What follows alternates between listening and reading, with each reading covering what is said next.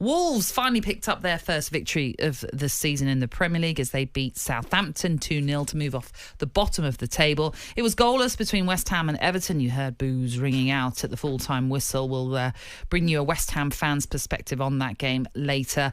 Brighton came from behind to beat Manchester City 2-1, and it means it's now 4 defeats in a row for Manchester City and Pep Guardiola. Maybe this international break comes at a good time for Pep and his team. And that meant that Liverpool took advantage in the late kickoff as they beat Aston Villa 2-0. OK, so that's what happened in the game. We'll talk about Liverpool then, Cass, as I mentioned, taking full advantage of that slip-up by Manchester City.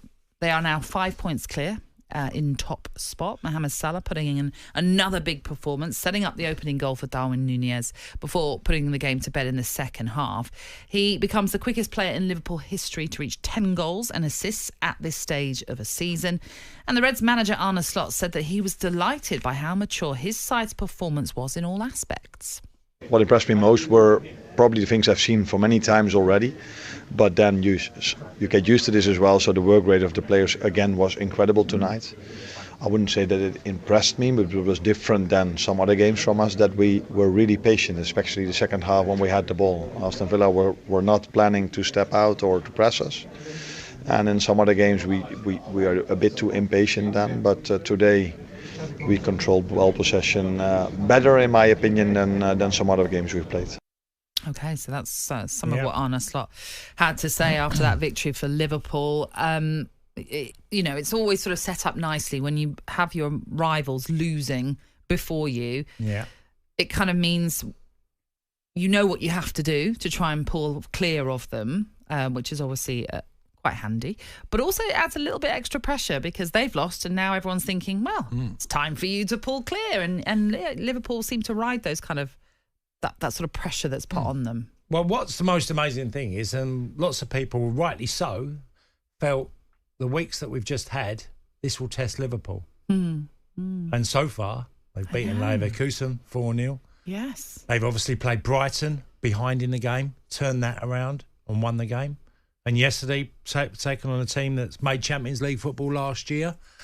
And I was very critical of Darwin Nunez last year. Saying critical because I just feel if Liverpool had a chance last year to win the league now, Darwin Nunez had to be clinical. And I think a lot rests on him again this year because I looked at his numbers last year, not on goals, but on since his time at Anfield. And if you take Mo Salah, since he's been at Liverpool, he's started 244 games. He's been on the bench 17 times, right? So very little because he's so consistent. He's been clinical as hell for a long time. Darwin Nunez has started 45 games. He's been on the bench, started on the bench 28. So he's been really an in and out player all his time. He's been at Liverpool now over 2 years. And that in itself tells you, if he's clinical, they win the league. If he get goals as well, 15 goals plus in a season, Liverpool can win the league. Because he gives another dimension to Liverpool. He is a player that all of us, I think every footballer I meet, professional footballer we talk about Nunez, they all say the same things. Cool, I really like him. I really, pace, he never stops running, even if he misses chances, he carries on. I'm the same. But I also know that if Darwin Nunez can produce goals, Liverpool can win things more regular because he has so many attributes in his game. And the fans love him. And they always have done. Usually, every time Nunez plays, if he does something, and fans are immediately on Nunez, because they love him. And it will make Arne Slot's job a lot easier if he gives even more competition to that forward line, because that forward line's already got goals. Mo Salah is like a new signing. Yeah. It's just like a new signing. It does feel like it. It feels like we got Mo back. Yeah. We got Mo back because there's something that wasn't in that clip that he said, which I think is fundamental to what Mo Salah is to Liverpool. He said when he came back in pre-season, Mo was top of the group in the fitness stakes. That tells you he was ready. He was ready and prepared for this season. Darwin Nunez has only scored 2 in the Premier League this season. So in terms of a return, what would you expect from him this season? Because, as things stand, Salah leads the way in the Premier League with 8 goals, but Luis Diaz not too far behind with 5. Yeah. So what would you hope for Nunez? Well, if you're playing the centre-forward role and you're going to be in a team that can challenge the title, you'd like to think between 50 and 20 is going to be your bare minimum because you're going to get chances. His first obstacle is actually convincing Arne Slot, play me more often. Yeah. I start more often. He battles with Jota for that position, or whoever, whether it's Diaz who might play that position.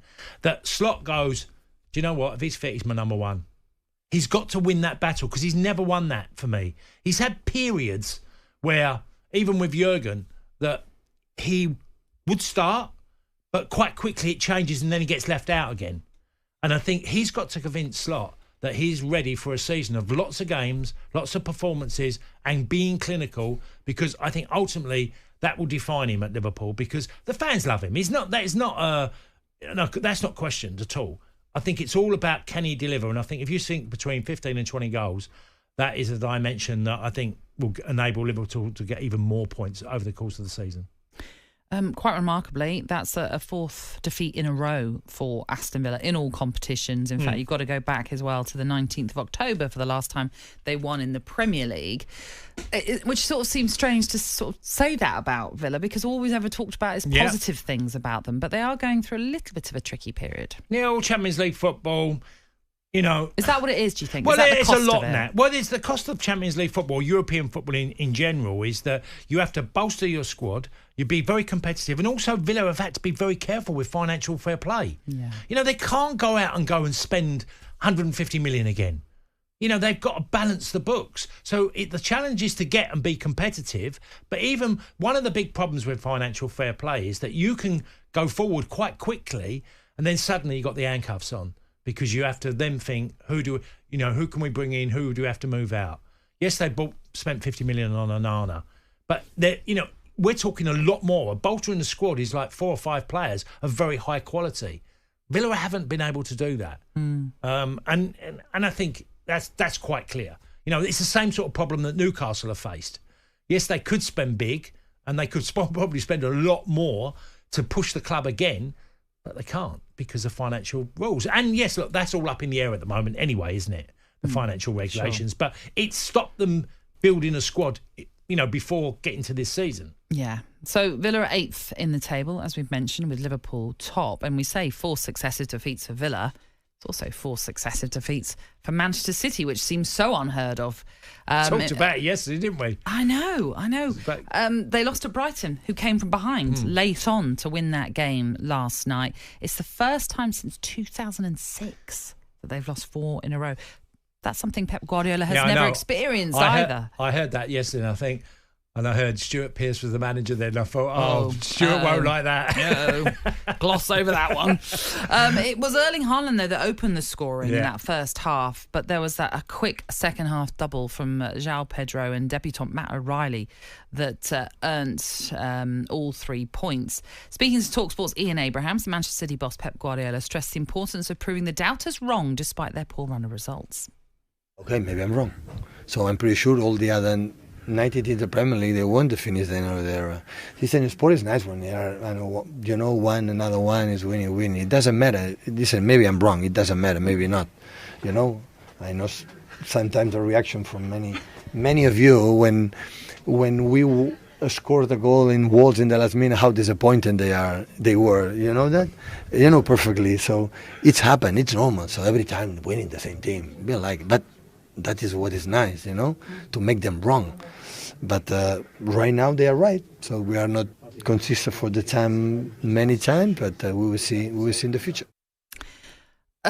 It's balmy to say this, Cass, because 4 losses in a row is so unusual for Manchester City. Yeah. But it leads to that question of some suggesting, could this be the end for Pep Guardiola?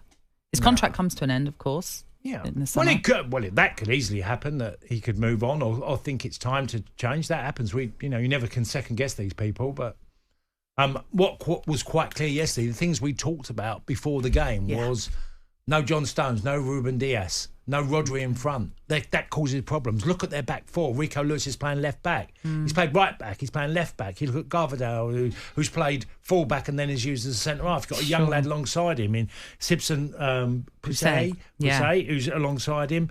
You know, these are young players. Carl Walker's. I hate saying this because I don't like when you get to old players. He's lost half a yard. If you take the first goal now, yesterday, you know, Matoma's played the ball in, he's bounced off, and then he's got caught flat-footed, and Matoma's then and it's ended up getting to who's it scored? Was it Pedro?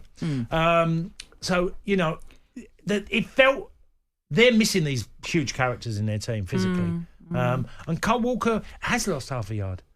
Yeah, but that goal, we watched it back, didn't still we, this quick, morning? he can still do a great job. Yeah, but it was a weird one because, he loses his man, but then he doesn't even try and... No, Matoma. And there's nothing from him, which is a really odd move from a very experienced defender. Matoma keeps running. He plays the cross in it, breaks loose, and Matoma keeps running, and Cole Walker's flat-footed. Static, yeah. And he just gets caught, and obviously then Pedro scores the goal, and it's a scramble, and, and I just think that back line has been so affected that they're giving goals away now that you would never have seen with Stones, Diaz, even Laporte before.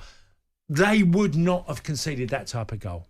And by the way, Ederson in goal pulled off a good few saves in the second half. It was one-way traffic. talkSPORT Breakfast, waking you up Monday to Friday morning from 6 a.m. on AM, on DAB, via the talkSPORT app and on your smart speaker. talkSPORT.